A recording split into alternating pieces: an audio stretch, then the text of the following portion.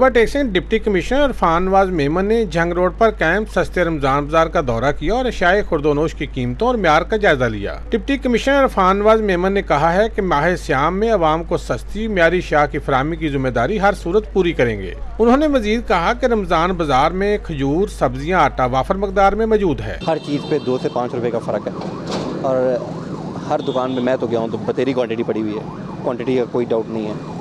और पर्टिकुलरली जो सब्ज़ी और फ्रूट हमने फेयर प्राइस शॉप पे रखा हुआ है उस पर तो क्वालिटी भी आप मतलब ऐसी क्वालिटी है मैं और आप घर ले जाएं। तो कोशिश यही है कि लोगों को जो सरकार ने सब्सिडी दी है वो लोगों तक पहुंच सके और बेहतर से बेहतर इंतजाम की हमारी कोशिश है।